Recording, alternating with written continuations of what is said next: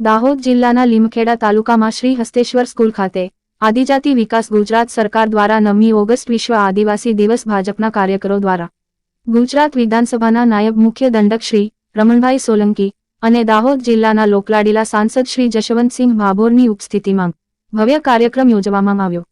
મળતી માહિતી મુજબ દાહોદ જિલ્લાના આદિવાસી સમાજ દ્વારા 9 ઓગસ્ટ એટલે વિશ્વ આદિવાસી દિવસ ગણવામાં આવ્યો છે।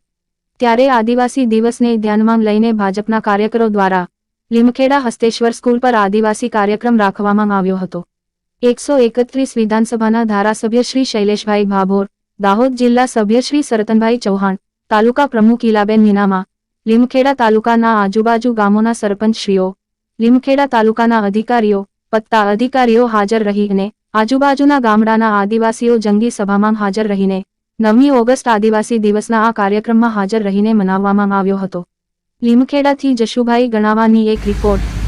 આદિવાસીઓનો ઇતિહાસ, સંસ્કૃતિ, આદિવાસીઓની કળા કૌશલ્ય,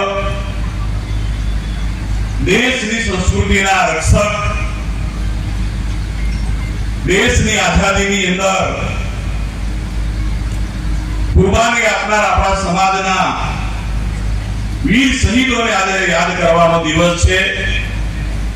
અંગ્રેજોની સામે આપણે લડ્યા, ભારત દેશને આઝાદી અપાવી,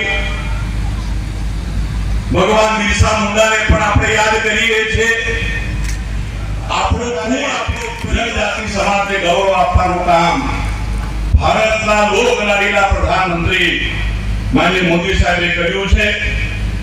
આદિવાસીઓનો ઇતિહાસ છે। માંગલની આપણે વાત કરીએ, ગોવિંદ ગુરુની આપણે વાત કરીએ, ગોવિંદ ગુરુએ આપણે શિક્ષણ આપ્યું હતું। આદિવાસીઓનું શિક્ષણ હોય ધાર્મિકતાની દિશામાં, સંસ્કારની દિશામાં લઈ જવા માટે ગોવિંદ ગુરુએ પણ આપણે સંદેશો આપ્યો છે। માંગલની ધરતી પર આઝાદીના આટલા વર્ષો પછી પહેલીવાર આવનારા ભારતના પ્રધાનમંત્રી માનનીય મોદી સાહેબનું જોરદાર તાળી પાડીને આપણે સ્વાગત કરીએ। આઝાદીના આટલા વર્ષો પછી